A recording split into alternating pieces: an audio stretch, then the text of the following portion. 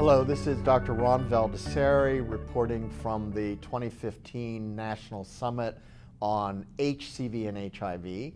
And I'm very happy to be joined by my colleague, Dr. Jonathan Mermin, who heads up CDC's Center for HIV, STD, tuberculosis, and viral hepatitis. So welcome, Jono. It's great to be here, Ron. Great.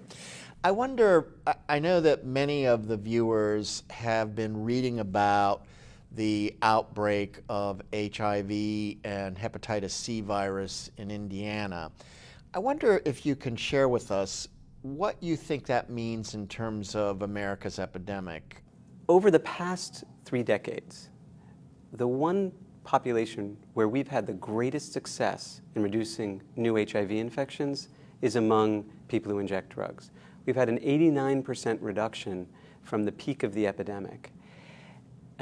Yet, this outbreak in southeastern Indiana is a sentinel event. It's a warning.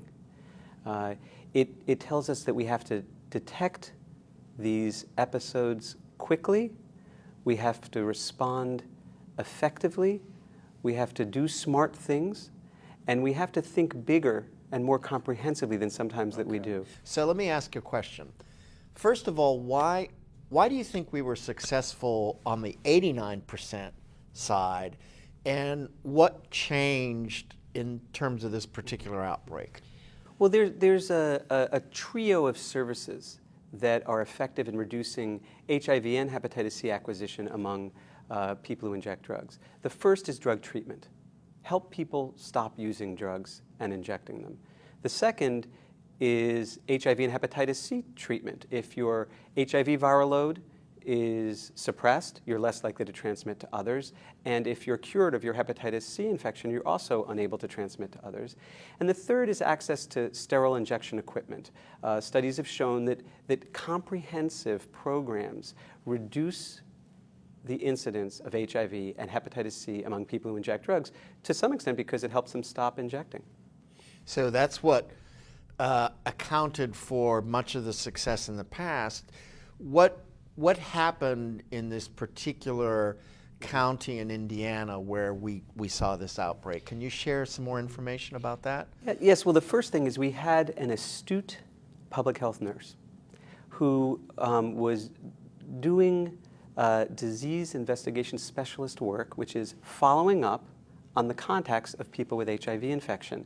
And she had several counties that she was responsible for. And she found that 3 people who had been noted as contacts of a person who had been recently diagnosed with HIV all came from this one town. And that led the state and local health departments and the community to start a program of testing wider in the town among people who had injected drugs and acquired HIV. And we realized that now over 160 people have been diagnosed with HIV in a community of only about 4,000.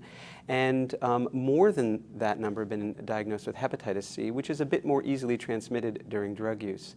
So as usual, there are usually smart people who care on the ground who can make a difference. But there is also an enabling environment in both the community and the state that said, we've got to react fast.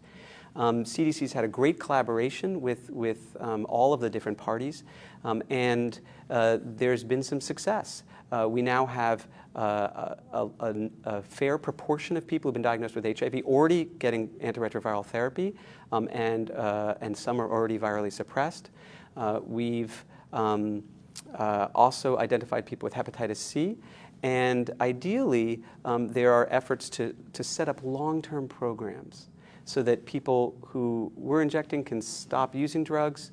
They can, there are syringe service programs that are helping people not share dirty needles and syringes, and there's hope that this community will improve over time. Well, we really appreciate the great work that your center and other parts of CDC are doing to address this outbreak and the bigger issues associated with HIV prevention and prevention of hepatitis C. Keep up the good work, Jono. Well, thank you, Ron, and thanks for your leadership at HHS. Great. This is Ron Valdiserri reporting from 2015 National Summit on HCV and HIV.